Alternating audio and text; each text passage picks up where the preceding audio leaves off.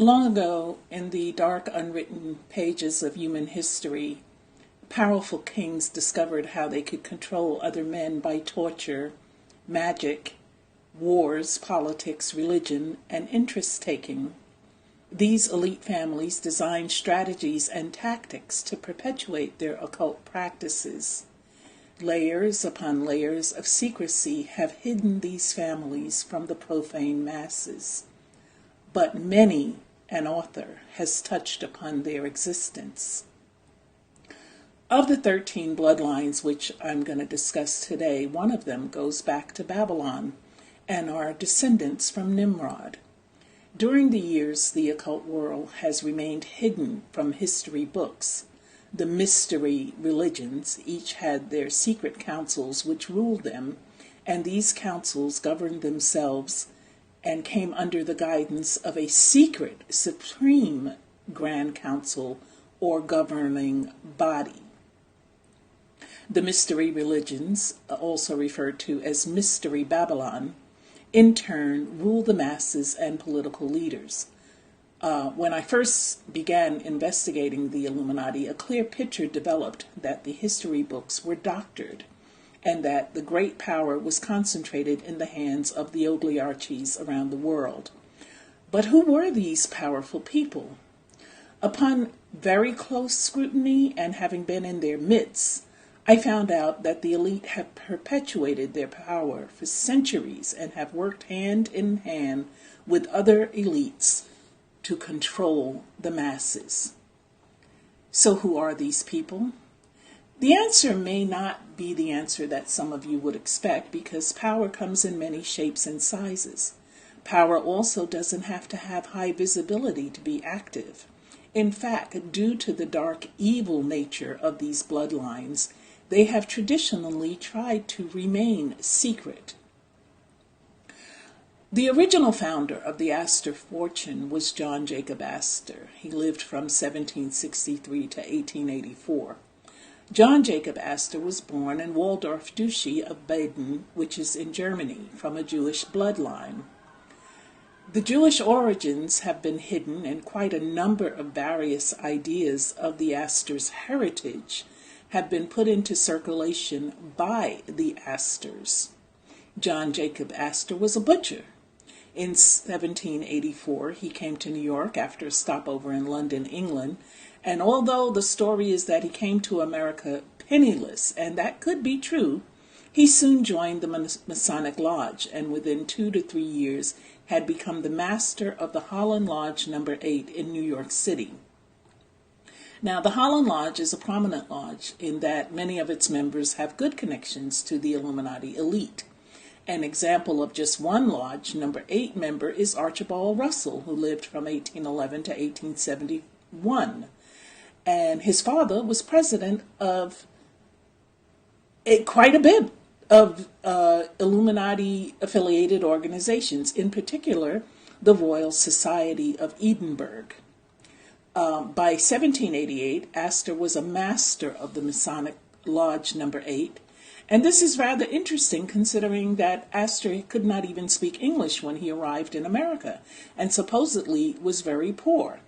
John Jacob Astor was also very famous for being a cold-hearted, antisocial man who didn't have charm or grace. I remember a story that was published about him that when he was eating at a dinner once and his hands got dirty, he reached over to the shirt of another man and wiped his hands. That is definitely lacking in social grace. But how did he rise to such prominence in Freemasonry? It was not because of his lack of social graces. For instance, his original financial break came carrying out a series of shady and crooked real estate deals in the New York City area.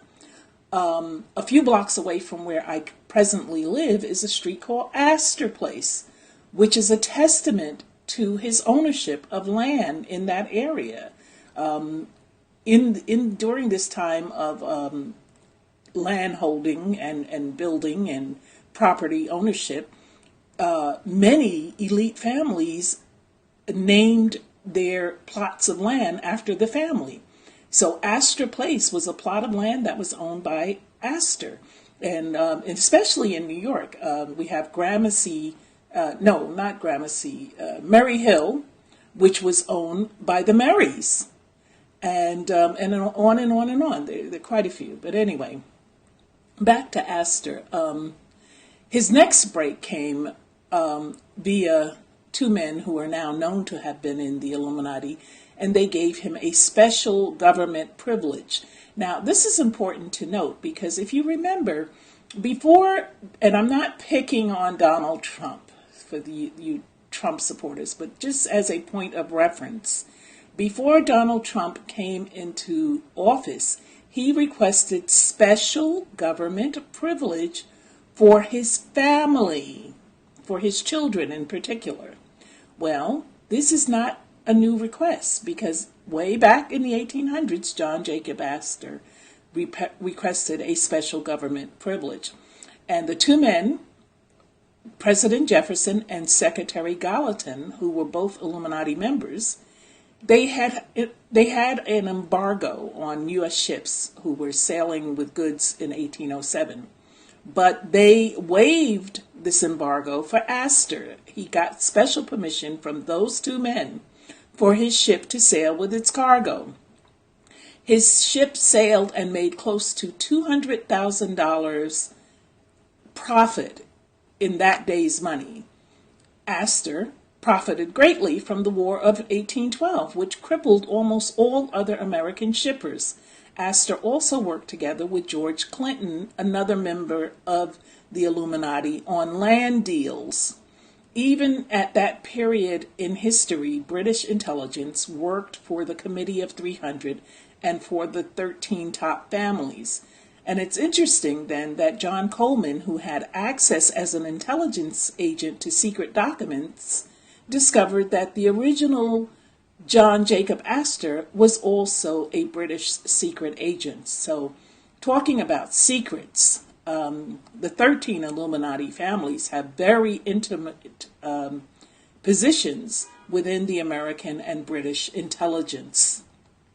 Prior to 1817, John Jacob Astor entered into the fur trade, and he remained the biggest player in the fur trade until he got out of it in 1834. Over the years, he had managed to build up a monopoly, and how he managed to push everyone else out is a good question. My estimate of the Astors today is that they are worth about $40 billion, and one of the many foundations that the Astors created was the Vincent Astor Foundation, which is controlled from England by the Astors and has in the range of 100 million tax-exempt dollars. Remember, these are 501c3 corporations. So when you have these foundations and these different .orgs and so forth, they're not paying taxes. That's why they stick it to the rest of us, because these organizations are tax-free. The Vincent Astor Foundation has typically given to Catholic and Episcopalian needs, among other things. They also give money to agencies that are opposed to the private ownership of guns. But what's even more important is that they give money to the New York Public Library system. So imagine how much influence that gives them when the library is receiving regular help from them. A 1971 foundation directory stated that the Astor Foundation had its present emphasis on preventing juvenile delinquency. I don't trust that the Astors are helping out, especially within law enforcement. Another thing that connects them is the William Waldorf Foundation states that its purpose is the promotion of mutual understanding and the diffusion of knowledge and culture among the United States and its dominions, colonies, and countries of the British Commonwealth. Well, this sounds very similar to the public statement of purpose, or aka the mission statement that the Pilgrim Society has given out to those people who involved in the spread of the evolution theory. Now, just like the Rothschilds, the DuPonts, and the Rockefellers, the Astors always set one of their males as head of the entire family. The headship is passed down as a birthright within the different branches of the family, just as the king passes on his throne. On the corner of 33rd and 5th Avenue, which later became the site of the Empire State Building, but it was where the original Waldorf Hotel was built by William Waldorf. Now, the hotel opened in March of 1893, and it was described as the ultimate in snob appeal. But later, two Astor cousins built the Waldorf Astoria, which was a play on their last name, and it was an even taller hotel, and it opened in 1897. In 1894, John Jacob wrote a novel, A Journey in Other Worlds, where he describes a society which operates on the idea of conserving energy. Now, this was way back in the 1800s, and what are we doing now? We have basically turned into a paperless society. Everything now is done mostly on the internet. But he predicted this in the 1800s. So even back then, they were planning the world as it is today, the new world order. And it's strange how the elites, they like to promote conservation among us sheep. Colonel Jack Astor was one of the world's most powerful men, and he was among those who went down with the Titanic. Now, many sermons have been preached on the significance of the Titanic, and I'm personally beginning to feel that God laid it on the hearts of so many of his ministers to understand that the Titanic was a judgment upon the pride of the world. In the 1980s, one of the most famous criminals was a serial killer named Ted Theodore R. Bundy. Now, it's not publicly known why he killed so many innocent victims, but Ted Bundy told his girlfriend, Elizabeth Kendall, that the force caused him to kill. And Bundy's confession to her was given after his final arrest in Florida. Now, if you're wondering where I'm going with this, well, Bundy is the second of the Illuminati bloodline that I'm going to discuss here. And Bundy's confession to her was given after his final arrest in Florida, and Elizabeth wrote down his confession as he gave it to her over the phone. Ted said, "I don't have a split personality. I don't have blackouts. I remember everything I've done. Like Lake Sammamish, we went out to Farrell's for ice cream after eating hamburgers. It wasn't like I had forgotten or couldn't remember. It was just over and gone. The force wasn't pushing me anymore. I don't understand it. The force would just consume me." And this is from Elizabeth's book, The Phantom Prince, My Life with Ted Bundy. And the force is the very term that high-level Satanists use to describe the power that they believe in, which they believe can be used for either good or evil. In fact, the movie Star Wars surprisingly used this term, the force, which prior to that time had been reserved for esoteric use by Satanists and the occult. Now, this is part of the plan to take the occult and its goals and to instill it into the public's thinking, part of the brainwash.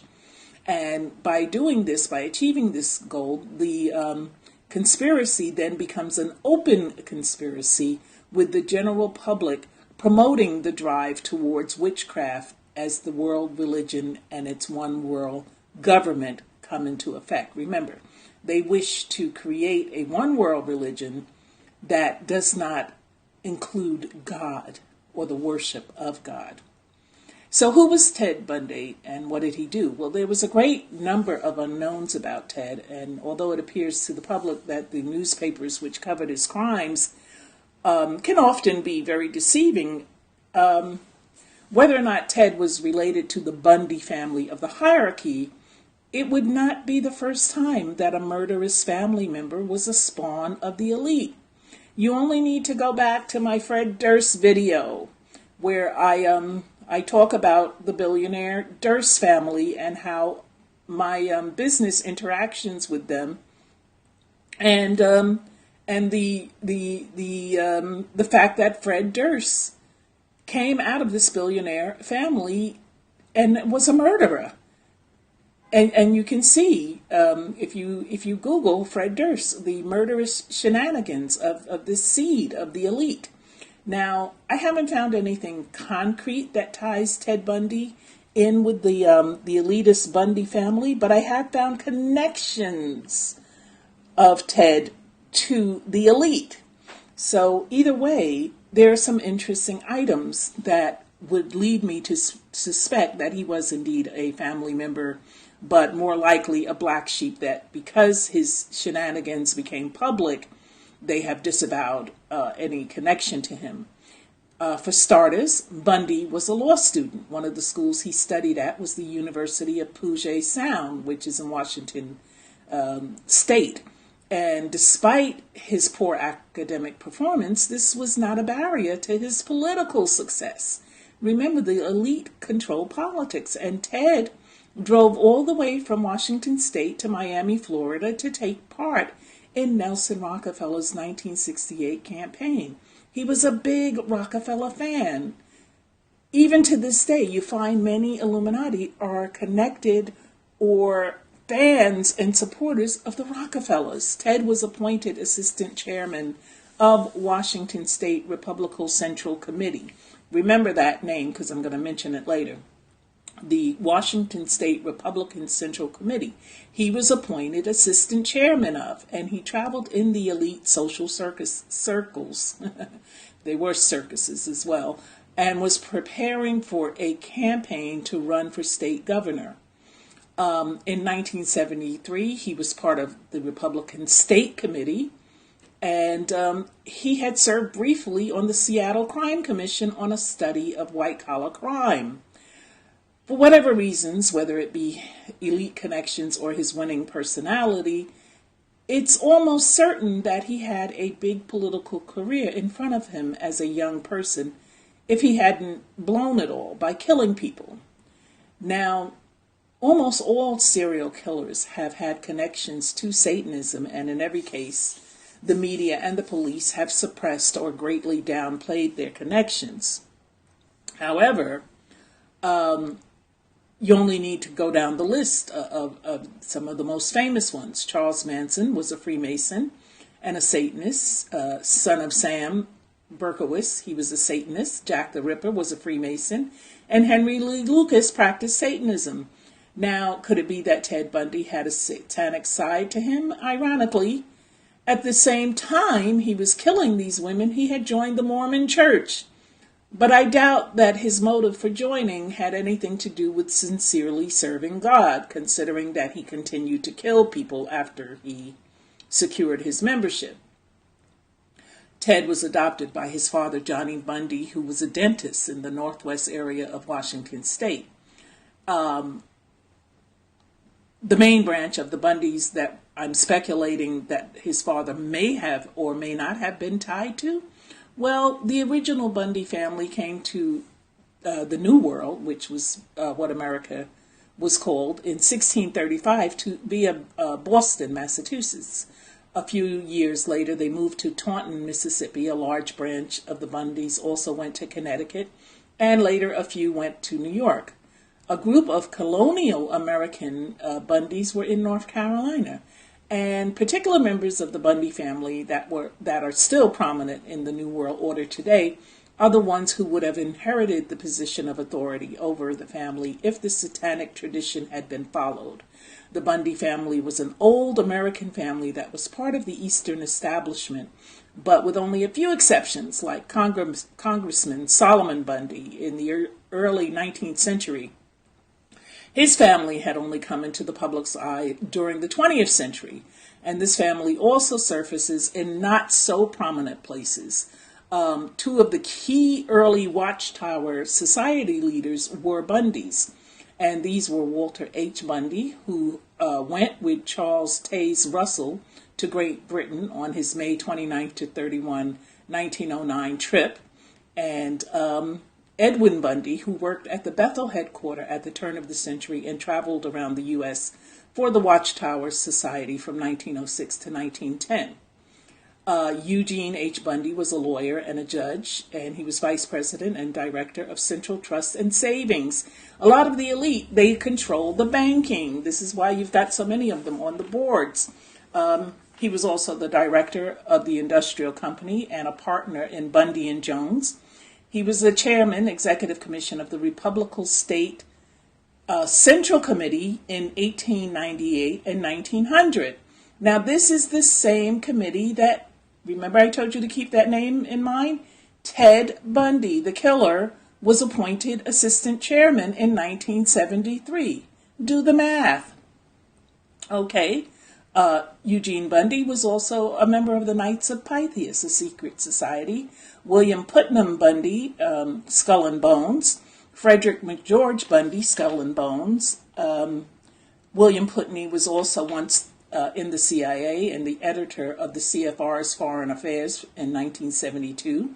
He was a member of the Permanent Steering Committee of the Bilderbergers Association, and he was the Secretary of State at one time of Far Eastern Affairs from 1964 to 1969. In 1960, however, he was the staff director of the Presidential Commission on National Goals. He was a professor at MIT from 1969 to 1971 and part of the law firm of Covington and Burling, which represents many of the elite in Washington, D.C. Then we have Edwin S. Bundy, who was a business executive and also on the board of Cornell University and the Century Association. Hezekiah Sanford Bundy was a congressman, lawyer, and Jonas Mills Bundy was the founder and editor-in-chief of the New York Evening Mail, and he was also a close friend of President Garfield. He got his law degree at Harvard, by the way, Hezekiah. Omar Bundy was a member of West Point, and General William Edgar Bundy was also the U.S. Attorney of the Southern District and a trustee at Ohio University.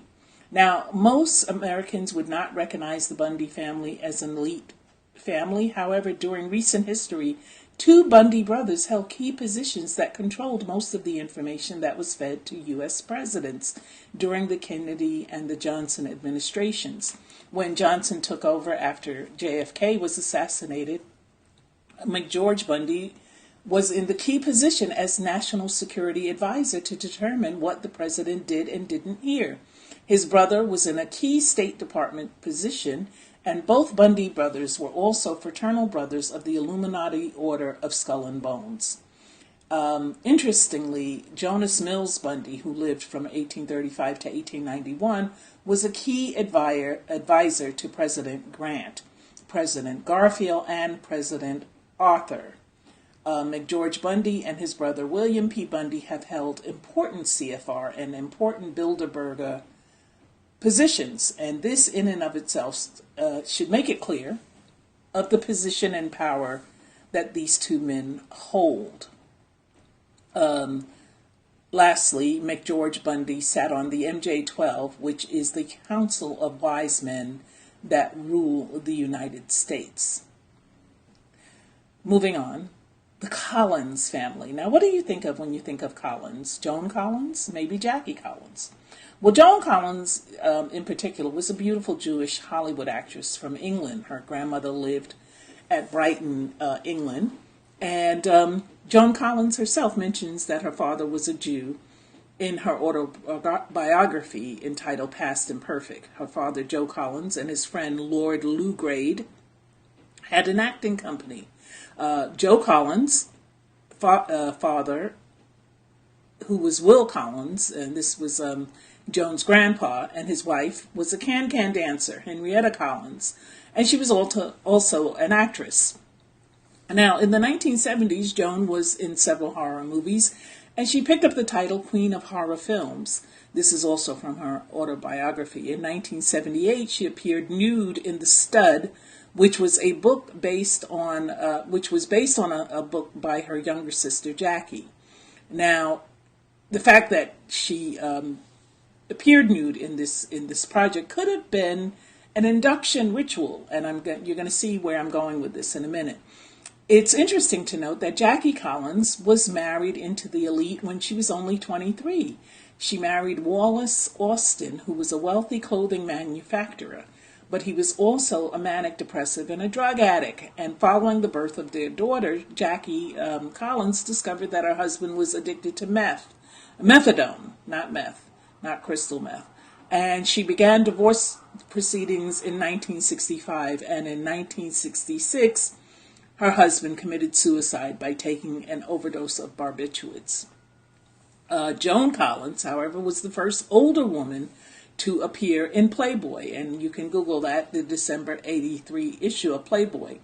And it's a collector's item. She was in her 40s, and in December 1982, she was asked to be the mistress of ceremonies at Prince Albert Hall before the Queen and His Royal Highness Prince Philip. Among her many friends, she had Sammy Davis Jr. and Jane Mansfield, who were both avowed Satanists.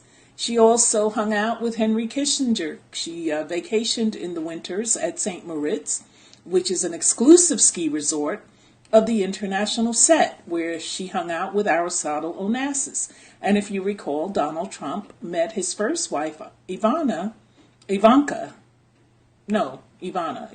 the daughter. He met Ivana at St. Moritz on a ski slope. Now, these are all the kings within the Illuminati, and Joan spent time with Edgar Bronfman as well. The Bronfman family are the Jewish Illuminati family that runs Canada. They are also the family behind the liquor company Seagram's.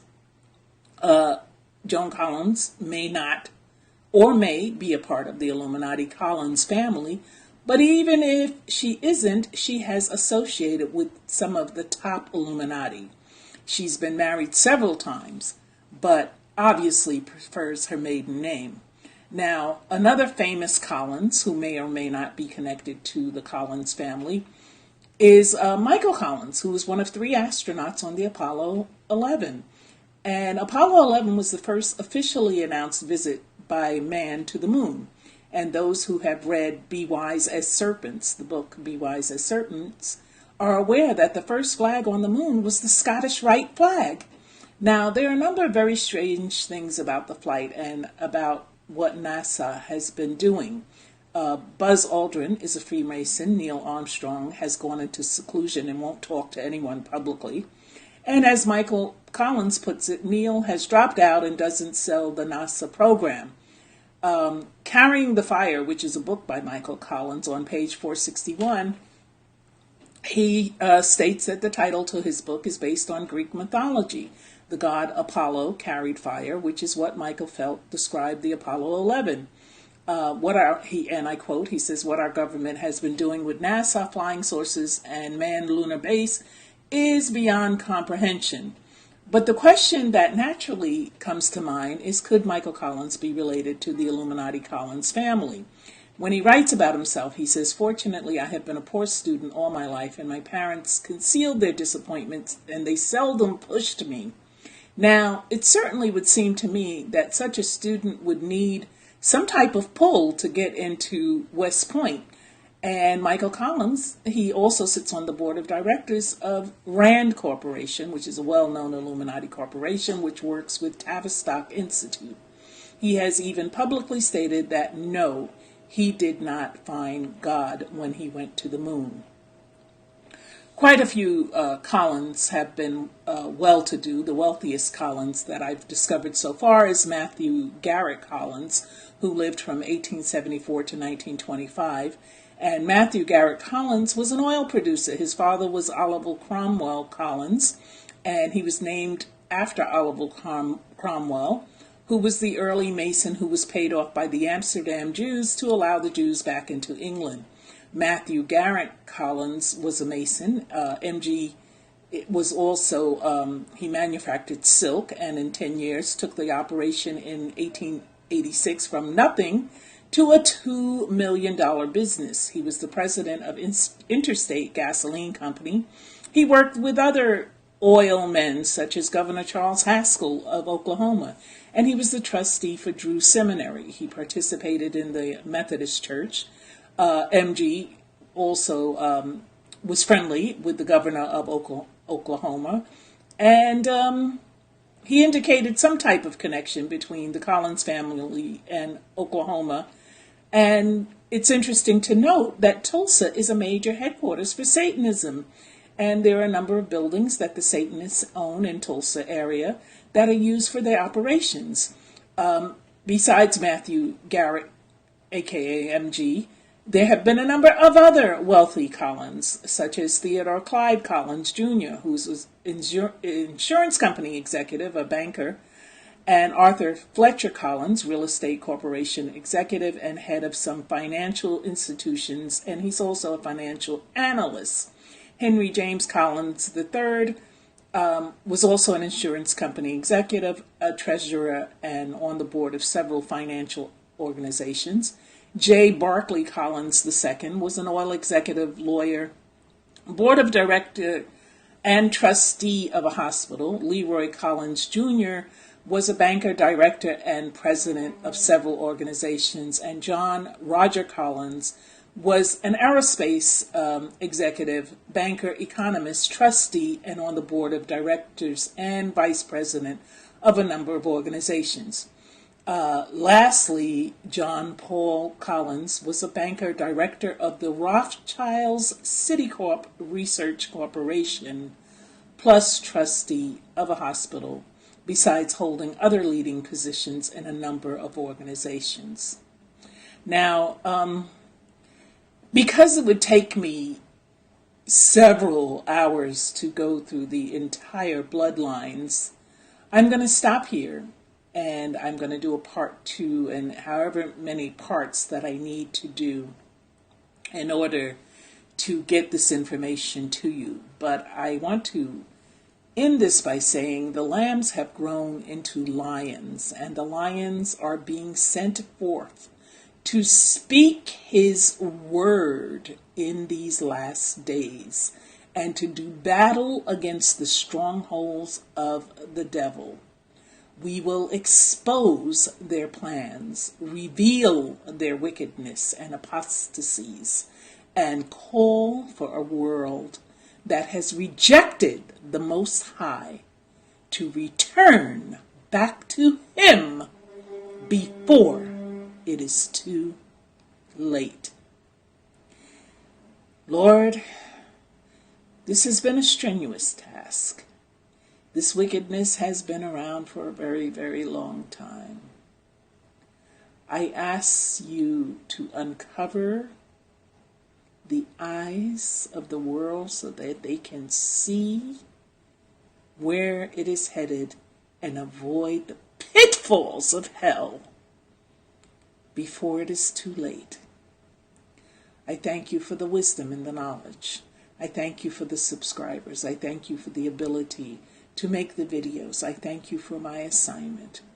And most of all, I thank you for the magnificence that you have done in my life, in my walk. In Jesus' mighty name, amen. Long ago, in the dark, unwritten pages of human history, powerful kings discovered how they could control others.